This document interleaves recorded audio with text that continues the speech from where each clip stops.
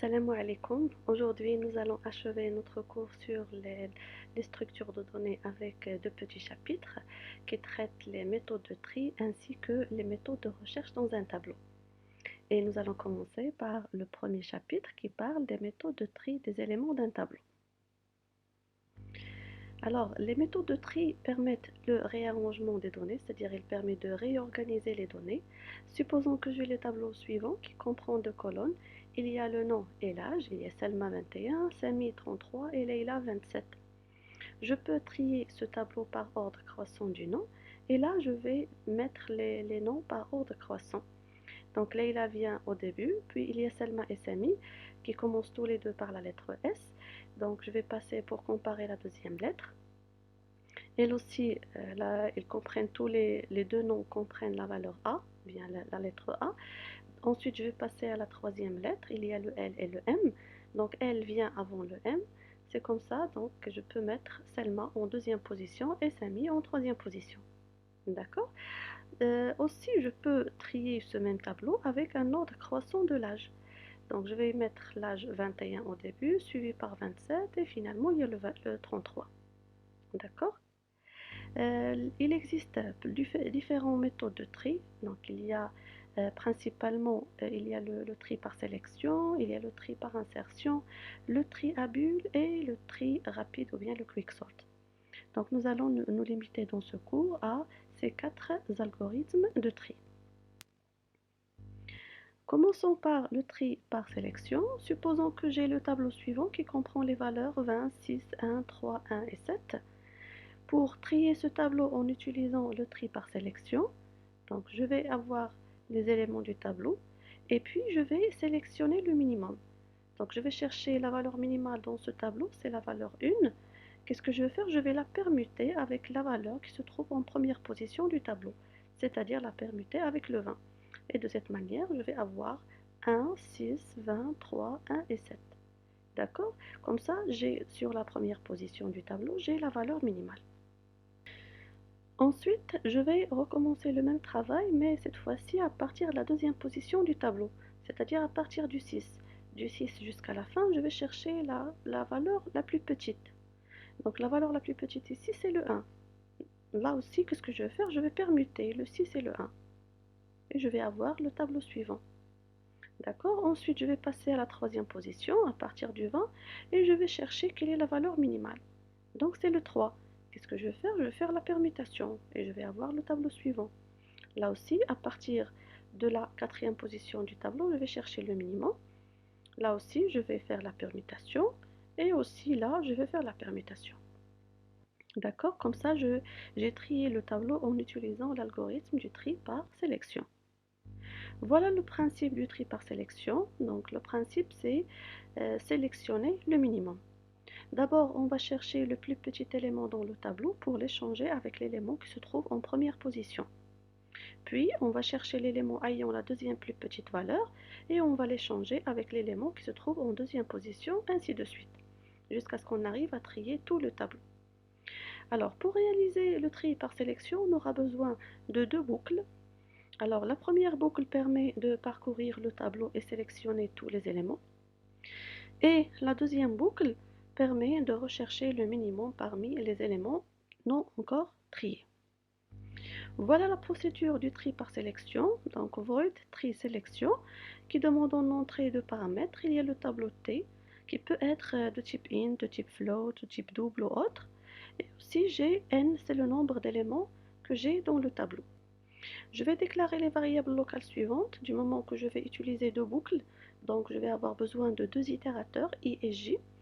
Puis j'ai besoin de la variable min pour stocker l'indice du minimum. Et la variable temp, elle va m'aider pour faire la permutation, c'est-à-dire l'échange.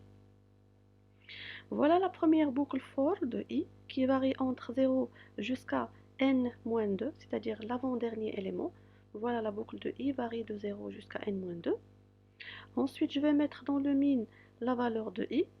Je vais supposer que la première valeur, c'est la valeur minimale. Et puis, je vais parcourir avec la deuxième boucle de j les autres éléments à partir de i plus 1 jusqu'à n-1, c'est-à-dire de i plus 1 jusqu'à la fin.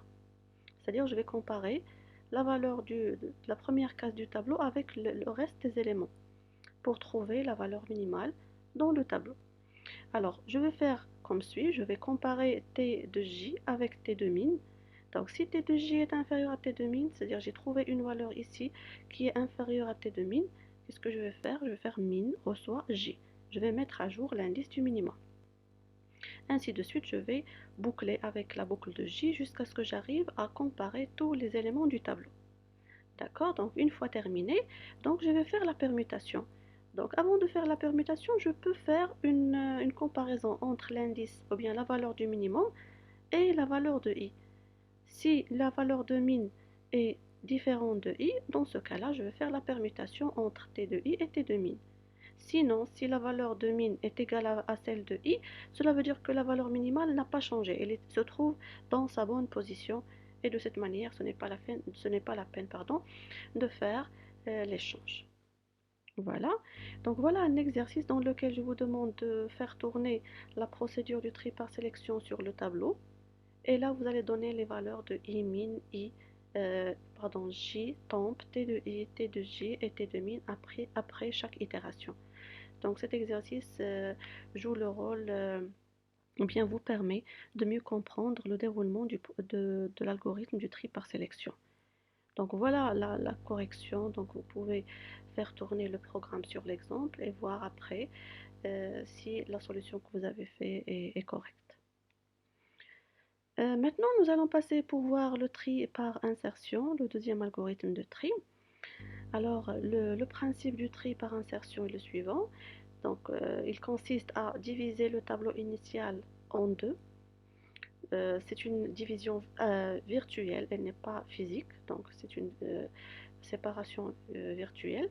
Je vais mettre dans la première, ou bien dans le premier tableau, une seule valeur, un seul élément. Et le reste des éléments, je vais les mettre dans le tableau, deuxième tableau. Et je vais les nommer. Pour la première case, elle va être mise dans un tableau trié et le reste des éléments dans un tableau non trié. Parce que si un tableau comprend un seul élément, c'est nécessaire que ce tableau est trié. D'accord? Alors, comment je vais procéder par la suite? Je vais prendre chacun des éléments du tableau non trié. D'accord? Par exemple, je vais prendre le 6 et le comparer avec les éléments que j'ai dans le tableau trié. Donc, je vais le comparer avec le 20. Donc, 6 est inférieur à 20. Qu'est-ce que je vais faire? Je vais faire un décalage de 20 pour qu'elle soit dans la position du 6. Et puis, je vais mettre le 6 dans sa bonne position. D'accord? Donc, insertion, c'est-à-dire il permet d'insérer les éléments du tableau non trié dans le tableau trié. Et bien sûr, l'insertion doit être dans la bonne position. D'accord? Et de cette manière, j'ai les valeurs 6 et 20 qui sont triées. De la même manière, je vais passer à 1 et je vais essayer de le mettre dans sa bonne position dans le tableau trié. Et de cette manière, qu'est-ce que je vais faire? Je vais faire la comparaison entre 1 et 20. Donc 1 est inférieur à 20, donc je fais le décalage de 20. Aussi, je vais comparer le 1 avec le 6. 1 est inférieur à 6, là aussi je fais le décalage de 6. Et là, j'ai une case vide, je vais mettre dedans la valeur 1.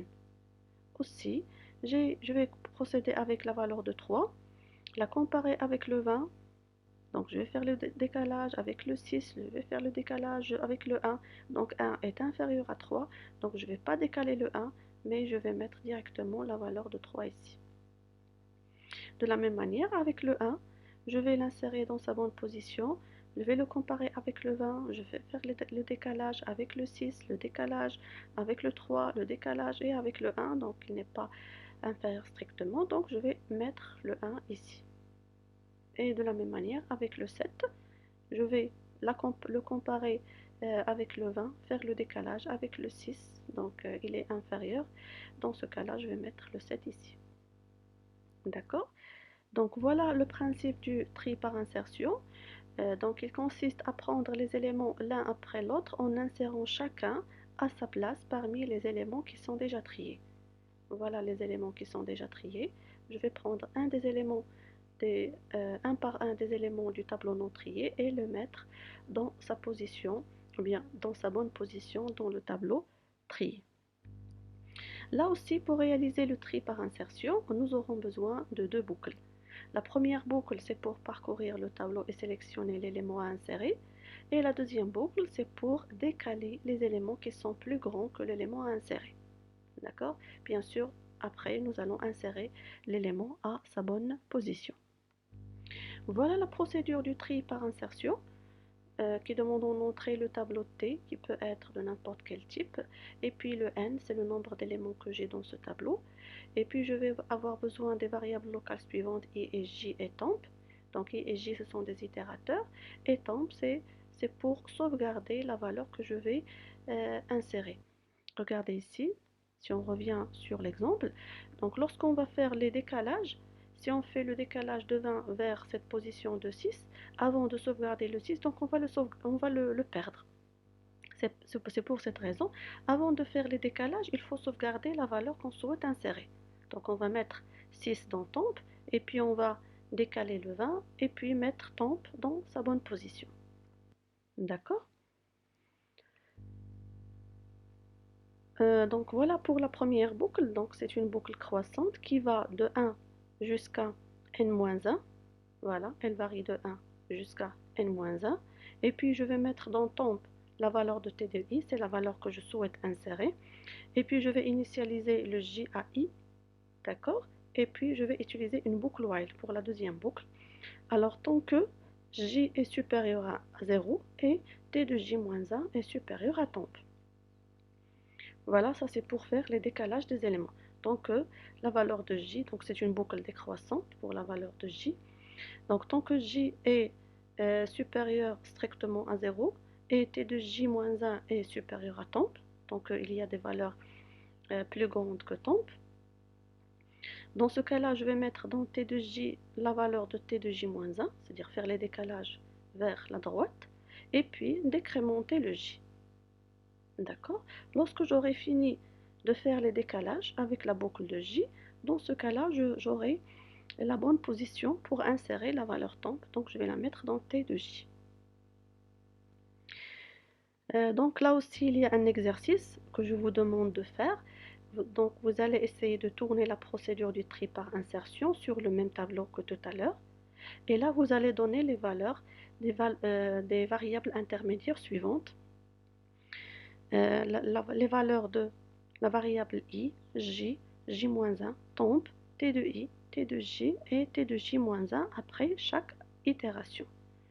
D'accord? Comme ça, vous allez mieux comprendre comment ça se passe avec l'algorithme du tri par insertion. Donc voilà la solution.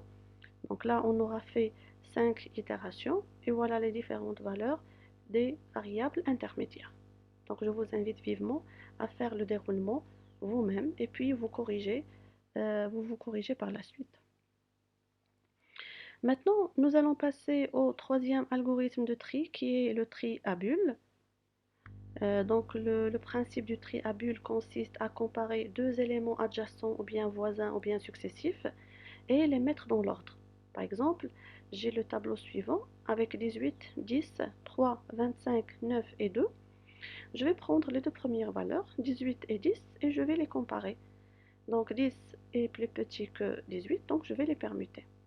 De la même manière, 18 et 3, je vais faire la comparaison et je vais les mettre dans l'ordre. Je vais les permuter. 18 et 25, ils sont dans l'ordre. 25 et 9, je vais les permuter. Et 25 et 2, je vais les permuter. De cette façon, j'aurai placé la plus grande valeur à la dernière position du tableau. D'accord? Et je vais reprendre une deuxième itération. Là aussi, je vais comparer le 10 et le 3. Je vais les mettre dans l'ordre. Le 10 et le 18, là aussi, ils sont en bonne position. Le 18 et le 9, je vais les permuter. Regardez ici. Et puis le 18 et le 2, là aussi, je vais les permuter. Et voilà, finalement, j'aurai placé ou bien ajouté la plus grande valeur dans la position, donc dans l'avant-dernière position du tableau. Donc de cette façon, après la deuxième itération, j'aurai placé la dernière valeur ainsi que l'avant-dernière valeur du tableau dans leur bonne position. Ainsi de suite, je vais continuer à faire les comparaisons. 3 et 10, ils sont bien placés. 10 et 9, je vais les permuter. 10 et 2, là aussi, je vais les permuter. Donc là, c'est bon. Donc j'aurai placé les trois dernières valeurs dans leur bonne position. Encore une fois, je vais faire la comparaison entre 3 et 9. Ils sont bien placés. 9 et 2, je vais les permuter. Là aussi, j'aurai placé les 4 dernières valeurs dans leur bonne position. Encore une fois, je vais comparer le 3 et le 2 et je vais faire la permutation. Et de cette manière, j'aurai trié mon tableau en utilisant l'algorithme du tri à bulles. Alors, voilà le principe du tri à bulles. Son principe consiste à parcourir le tableau autant de fois en permutant deux éléments adjacents ou bien voisins ou bien successifs qui sont mal classés. D'accord? Si les éléments adjacents sont mal classés, je vais les mettre dans l'ordre jusqu'à ce que le tableau soit totalement trié. Là aussi, pour réaliser le tri à bulles, j'aurai besoin de deux boucles. Donc la première boucle, c'est pour parcourir tous les éléments ou bien tout le tableau et sélectionner les éléments un par un. Et la deuxième, c'est pour permuter les éléments adjacents qui sont mal classés. Voilà la procédure du tri à bulles. J'ai besoin du tableau T et N en entrée. Je vais avoir besoin de deux itérateurs I et J et puis la variable temp, c'est la variable temporaire qui va m'aider à faire la permutation. Et puis j'aurai besoin d'une première boucle de I qui est une boucle décroissante qui varie de n-1 jusqu'à 0, I-. D'accord? Alors, et la deuxième, c'est une boucle croissante qui varie de 1 jusqu'à I, J++. D'accord? Et puis, je vais faire la comparaison entre T de J-1 et T de J. D'accord? Donc, si T de J-1 est supérieur à T de J, ça veut dire que les deux éléments voisins ne sont pas sont mal classés. Et de cette façon, je vais les permuter. C'est-à-dire, je vais permuter T de J avec T de J-1 en utilisant la variable intermédiaire temp. D'accord? Alors, dans ce cas-là, là aussi, je vais vous demander de faire l'exercice suivant qui vous permet de tourner la procédure du tri à bulles sur cet exemple. D'accord? Et là aussi, vous allez donner les valeurs des variables intermédiaires suivantes. Vous allez donner la valeur de I, J, temp, T de J, T de J et T de J-1 après chaque itération. Donc la meilleure façon pour comprendre les algorithmes de tri, c'est les tourner sur des exemples. Comme ça, vous allez voir comment ça se passe après chaque itération. Là aussi, bien sûr, vous avez la solution. Donc je vous invite vivement à faire le déroulement par vous-même et après, vous allez vous corriger en regardant les solutions présentées. Voilà cette diapositive qui présente les performances ou bien une comparaison des performances des algorithmes de tri que nous avons vus jusqu'à maintenant. Donc il y a le tri par sélection, le tri par insertion et le tri à bulles. Comme vous l'avez remarqué, ou bien les trois algorithmes demandent deux boucles imbriquées, la boucle de I ainsi que la boucle de J. Des fois, au lieu d'avoir une boucle for, vous avez une boucle tant que, mais quand même, c'est une boucle qui s'exécute une fois. D'accord? Donc, pour les performances, c'est que ces trois algorithmes de tri ont une complexité qui est égale à n carré. Alors, que veut dire le mot complexité? C'est un concept qui exprime le nombre d'opérations nécessaires pour réaliser le tri d'un tableau. Alors, pour réaliser le tri d'un tableau en utilisant le tri par sélection, j'aurai besoin de deux boucles. D'accord? Et chaque boucle devrait être exécutée n fois. N fois, n-1, n-1, n-2, c'est pas très important. Mais en principe, c'est la valeur dire le nombre d'itérations s'approche de n. Que ce soit pour la boucle de I ou bien la boucle de J. C'est pour cette raison, donc j'ai n ici et n là. Donc n fois n, c'est n carré. De la même manière, avec la boucle ou bien avec le tri par insertion, là aussi j'ai une boucle qui varie n fois. Et là aussi n fois. Donc n multiplié par n, c'est n carré.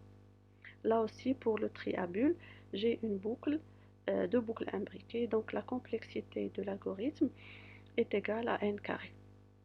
D'accord? Donc je reprends, pour la complexité, c'est le nombre d'opérations nécessaires pour réaliser une opération. Dans cet exemple, c'est le tri des éléments d'un tableau.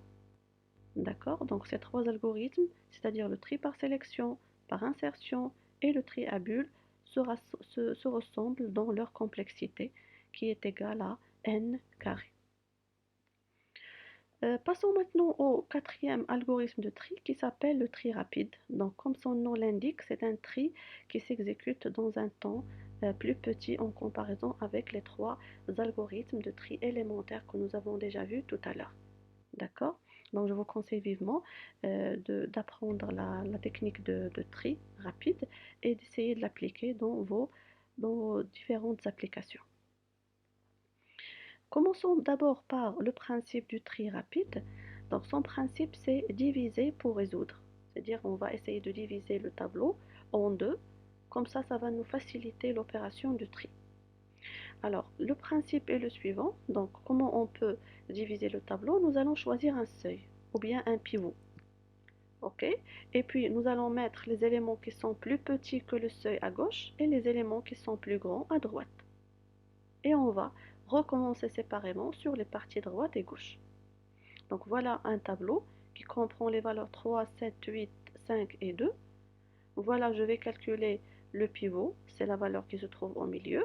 Et puis, je vais essayer de mettre les valeurs qui sont plus petites au pivot à gauche et les valeurs plus grandes au pivot à droite. Nous allons voir ensemble la procédure du tri rapide. Donc cette procédure utilise la récursivité. D'accord, je vais essayer de faire l'appel de cette procédure du tri rapide au cours du programme, dans laquelle donc je vais utiliser une récursivité directe.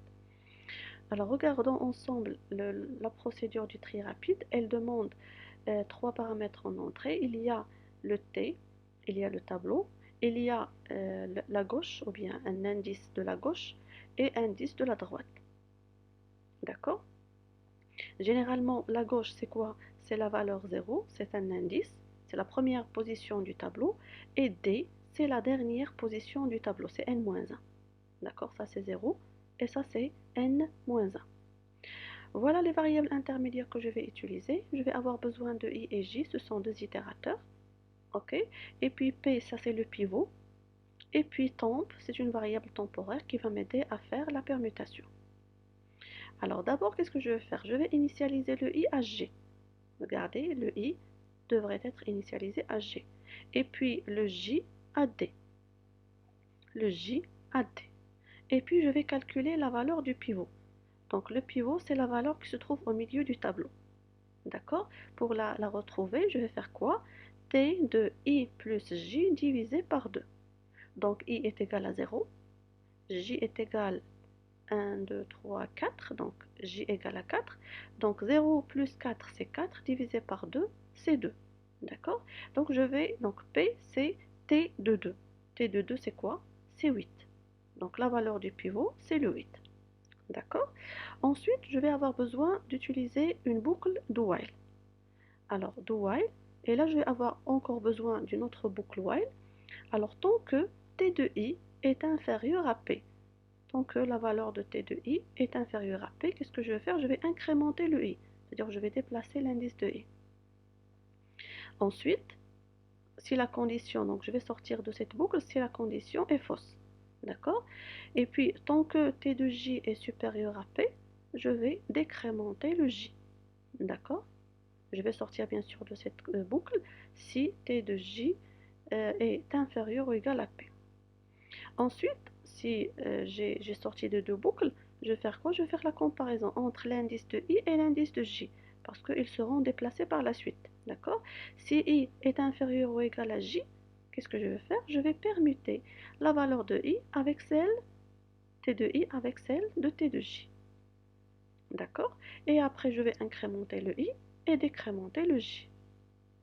Ça marche? Et je vais répéter ce processus tant que I est inférieur ou égal à J.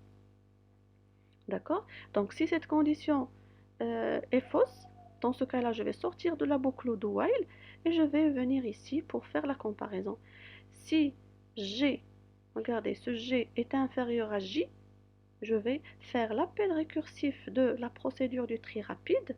Regardez, avec T, c'est le même paramètre le tableau, G qui va rester le même, mais je vais remplacer le D par quoi? Par J. C'est-à-dire au lieu de travailler sur le tableau en entier, je vais travailler sur une partie de ce tableau parce que le J, regardez, il se décrémente. D'accord? Donc je vais réduire l'espace de travail ou bien l'espace dans lequel je vais rechercher la valeur minimale. D'accord? Ensuite, donc si cette condition n'est pas vraie, donc je vais entrer dans la deuxième condition et là je vais comparer le I avec la valeur de T. Donc si I est inférieur strictement à D, dans ce cas-là, je vais faire l'appel récursif du tri rapide de T, et à la place de G, je vais utiliser le I, et D, je vais le garder. D'accord? Ça, c'est la procédure du tri rapide. Donc, même si ça vous paraît un peu compliqué, il y a plusieurs boucles, etc., mais le temps de traitement est plutôt rapide et facile à exécuter. Donc, nous allons voir ensemble une première itération du tri rapide sur l'exemple de ce tableau. Donc, voilà l'exemple. Donc là, je vous demande de donner les valeurs des différentes variables G, D, I, J et P après chaque itération. Donc voilà le tableau initial. Donc vous vous rappelez tout à l'heure comment on a calculé le pivot. D'accord? Alors voilà, pour exécuter le programme, nous allons exécuter chacune des instructions. Voilà, tant que T de I est inférieur à P, donc T de I est égal à 3. D'accord? Est-ce qu'il est inférieur à 8? Oui. Qu'est-ce que je vais faire? Je vais incrémenter le I. Le I va venir ici sur le 7. D'accord? Encore une fois, est-ce que T de I est inférieur à P? Est-ce que 7 est inférieur à 8? C'est juste. Qu'est-ce que je vais faire? Je vais incrémenter le I. Donc le I va être sur le 8. Encore une fois, est-ce que T de I, c'est-à-dire est-ce que 8 est inférieur strictement à 8? Non, donc c'est pas juste. Donc je vais sortir de la première boucle et je vais entrer dans la deuxième. Ça marche? Donc là aussi, je vais comparer T de J, c'est-à-dire le 2. Est-ce que le 2 est supérieur strictement à 8? Non, c'est pas juste. Donc là aussi, je vais sortir de la boucle et je vais revenir sur la condition. Alors, est-ce que est-ce que I est inférieur ou égal à J? Regardez, I, il est là et J est là. Est-ce qu'il est inférieur ou égal à J? C'est juste. Qu'est-ce que je vais faire? Je vais permuter T de I avec T de J. Regardez, je vais permuter le 8 avec le 2. Voilà. Je vais permuter le 2 avec le 8. Et bien sûr, le pivot, il est toujours sur le 8. Okay? Parce que le pivot, ce n'est pas un indice, mais c'est une valeur. Et après, je vais incrémenter le I et décrémenter le J. Donc le I est là, je vais l'incrémenter, il va être sur le 5. Et le J va être décrémenté, il va être sur le 5 aussi. D'accord? Ça, c'est la première itération. Alors, encore une fois, je vais voir. Donc là, je vais entrer dans la boucle while. Donc, est-ce que I est inférieur ou égal à J? Voilà. Est-ce que I est inférieur ou égal à J? C'est juste. Qu'est-ce que je vais faire? Je vais encore une fois entrer dans la boucle de while. Donc là aussi, T de I, est-ce que T de I est inférieur à P? Est-ce que 5 est inférieur strictement à 8? C'est juste. Qu'est-ce que je vais faire? Je vais incrémenter le I, elle va être sur le 8. Encore une fois, est-ce que T de I, est-ce que 8 est inférieur strictement à 8? Non, c'est pas juste. Donc je vais sortir de cette boucle et entrer dans la deuxième. Est-ce que T de J est supérieur strictement à P? Est-ce que 5 est supérieur strictement à P? Non. Donc je ne vais pas déplacer le J. Donc j'aurai finalement I sur le 8 et le J sur le 5. D'accord? Alors là aussi, qu'est-ce que je vais faire? Je vais entrer dans la boucle while. Alors, est-ce que I est inférieur ou égal à J? Voilà, I, elle est là. Donc, c'est pas juste parce que le I est supérieur strictement à J. Dans ce cas-là, qu'est-ce que je vais faire? Je vais sortir de la boucle while et je vais entrer dans les conditions. Les voilà. Je vais voir, est-ce que G est inférieur à J? Voilà. Est-ce que G, regardez, le G et le D sont toujours fixes? Nous n'avons pas déplacé le G et le D. Par contre, nous avons travaillé uniquement sur P, I et J. D'accord? Alors, est-ce que G est inférieur strictement à J? Oui, c'est juste. Qu'est-ce que je vais faire? Je vais appeler la procédure du tri rapide, mais avec J à la place de D. Donc là, je vais travailler uniquement sur les valeurs allant de 3, 7, 2 et 5. Je ne vais pas travailler sur le 8 parce que le 8 est déjà placé dans sa bonne position. D'accord? Et là aussi, je vais reprendre le même traitement. C'est-à-dire que je vais travailler sur le tableau qui comprend les valeurs 3, 7, 2 et 5. Et je vais recalculer le pivot de la même manière sur cette partie. Donc le pivot, donc 0, 1, 2, 3. Donc 0 plus 3, c'est 3. 3 divisé par 2, c'est 1,5. Donc je vais prendre la partie entière. Donc le pivot va être égal à 7. D'accord? Et je vais reprendre le même traitement. Est-ce que t de i est inférieur à 7? Je vais incrémenter le i. Lorsque j'aurai fini avec la boucle de i, je vais aller à la boucle de j et puis entrer pour voir la condition et faire la permutation, l'incrémentation de i, décrémentation de j, etc. Donc je vais répéter le processus autant de fois jusqu'à ce que j'arrive au test d'arrêt. D'accord? Donc voilà la deuxième itération, voilà son exécution. Et voilà aussi la troisième itération. Et finalement, il y a la quatrième itération. Donc là, je vais arriver à un test d'arrêt. Donc la partie gauche est triée et la partie droite aussi est triée elle aussi. D'accord? Donc je vous invite à refaire cet exercice à tête reposée et puis voir si, pour voir le déroulement réel du tri rapide. Voilà ici une deuxième version de l'algorithme du tri rapide. Donc ce que je vous ai montré tout à l'heure, c'est une première version. Voilà, c'est la première version du tri rapide. Il y a aussi une deuxième version du même tri, c'est-à-dire le même principe, mais il a été exprimé un peu différemment. Donc là, vous avez l'appel d'une fonction qui s'appelle partitionnement. Et il y a aussi l'appel du tri rapide. Donc là, il y a la fonction, ou bien la procédure du tri rapide, qui fait appel à une fonction qui s'appelle partitionnement. Donc voilà la fonction du partitionnement. D'accord? Donc vous pouvez lire à tête reposée le code. Alors passons maintenant pour voir les performances du tri rapide. Donc c'est la méthode du tri la plus utilisée. C'est-à-dire que le tri rapide, c'est l'algorithme de tri le plus utilisé pour les raisons suivantes. Parce que sa complexité est de l'ordre de n log n opérations en moyenne pour trier un tableau de n éléments. C'est-à-dire au lieu d'avoir n au carré, donc la complexité a diminué avec le tri rapide.